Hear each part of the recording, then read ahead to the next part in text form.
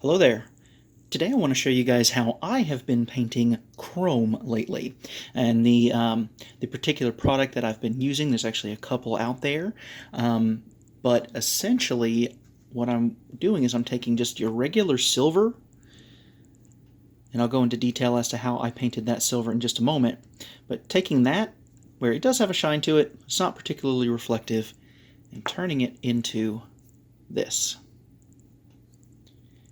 So as you can see, as I'm moving that around, the chrome is very reflective. And especially on some of the wider, flatter areas, it's basically a mirror.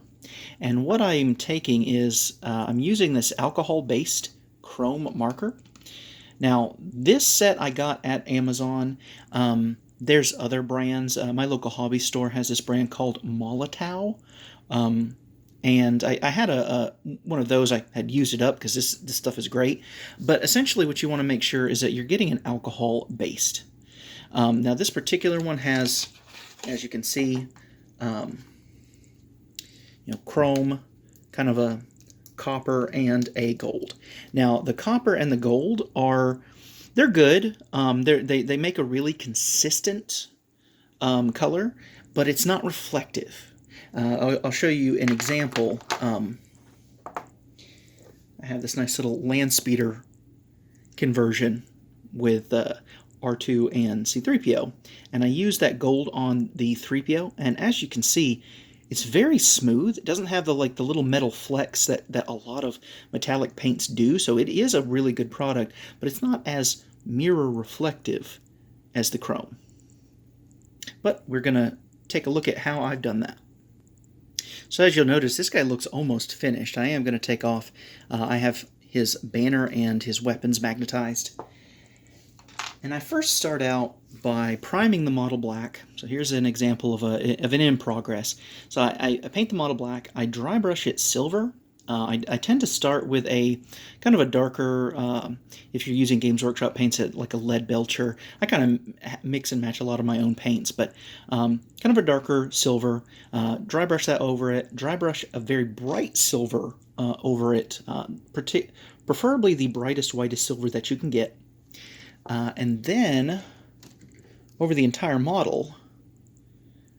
And of course, I rebottle mine. I like the little flip cap, but I got some contrast paint, and this is a very bluish purple that I like, because I wanted, for my Grey Knights, I wanted it to have kind of a purple tinge. I know that the Games Workshop Grey Knights kind of have a bluish tinge, so you could certainly do a wide variety. You've got this Eldari Emerald has a bluish green. They've got a lot of different colors, so you could certainly do that, but I go ahead and I cover the entire model so that all the little recesses, kind of like especially right in here, right in there. So you want to make sure that it kind of gives it a purple tint, and then of course I top that off with a total dry brush of silver, of the bright silver over that again. Then I picked out all the details, so all your golds, the whites. Now for the gold in this particular example, I did not use those chrome markers. I just use a kind of a medium gold, dry brushed it silver, and then gave it a wash with this Reikland Flesh Shade, just to give it some depth and some shine. So once you get that completely done, so I've basically finished all the details on this, because when we go over this with the chrome, we're not really going to get much into it. We're really just going to go on those outer surfaces. So a couple quick notes on this. This is an alcohol-based, so the brush will not wash out with water. So you need to have some isopropyl alcohol nearby. I prefer 90% or higher. I've got some of that poured into this palette here. Side note too, you cannot use a wet palette for this, because wet palettes use water, and this is not water-based. So I've got some alcohol in here that I'm going to use to periodically wash out the brush. One of the cool things about this liquid is that while it's liquid, it actually remelts itself, if you will. So if any is starting to kind of dry on the tip of my brush, I can just kind of give it a little stir in the wet liquid, and it'll actually re-liquefy that. But it's got kind of a time limit, so I only take out a little bit, and these markers kind of have a push like that that'll push in, and I'm not sure how I'm going to get a good angle on this. But what I do is I just kind of push the marker a couple times until I start to see, you see how there's a little bit beading up there? So I don't want to get out a lot, just enough to work with, because again, this stuff dries pretty quick, but it takes a long time to cure. So you got to work really fast with it and not touch it because it'll leave fingerprints, and then leave it overnight to cure. But I'm just going to get a little bit on my brush, and you got to kind of glob this on.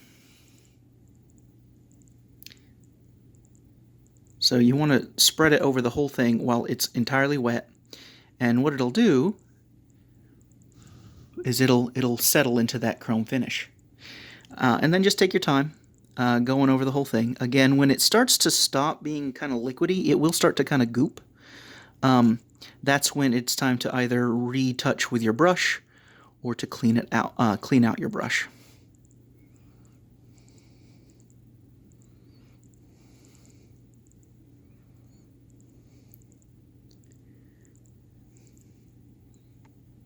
So another quick note, this stuff is very, very opaque. Whatever you cover over is going to completely cover it in just one layer, which is kind of cool, but it's something to be aware of. And as I mentioned, since it does take a while to cure, if you accidentally get over some, if you accidentally go over an area that you didn't mean, say for example, like right here on the top of this crest, you know, if I accidentally get a little bit of chrome on that skull, that's fine. I'm going to let it cure, and I'm going to do touch-ups tomorrow.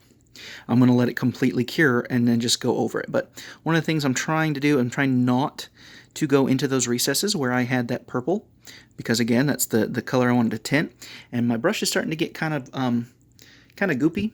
And so what I will do is I'll dip it in, just dip it a little bit in the clean alcohol, and then use a different tab to kind of mush it around there, just so that I'm not contaminating that too much. I am going to have to change that out regardless, but you want as clean as possible towards the end to just really wash that up. And then once you get most of it visibly off, you can then wash your brush in water.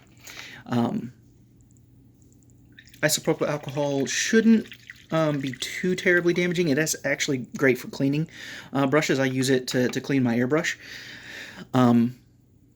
But also sometimes when these kind of brushes get a little bit of gunky, especially down towards here, I'll go ahead and use alcohol. But don't use your best brushes for this because of that. I mean, this stuff is pretty heavy duty, so again, don't use your best brushes. But now that I've cleaned it out, I'm going to apply some, add some more chrome to my palette and keep going. So as I'm finishing this guy up, I wanted to mention that the reason why I fully paint the model before I put this on is that the chrome is a little bit hydrophobic. So if I had, say for example, completely covered the model in chrome before doing anything, you know, just primed it and then just went to town with the chrome and then tried to add the details, some of the details might actually, you know, like I said, since it's hydrophobic, the paint might actually pull away, especially from the edges where I actually want them. So that's why I do it last. You know, I just do the chrome at the end. So I'm going to finish this guy up off screen, but I hope you guys enjoyed that. I just really wanted to share. I'm really enjoying kind of picking out those details. It especially looks nice when you have details that are silver that are not chrome on the model. Say, for example, on his storm bolter there. You can kind of really see the contrast. Also in his pauldron here at the seam, you can see where it's purple on the inside, but chrome on both the rim and the top. But I hope you guys enjoy and happy painting.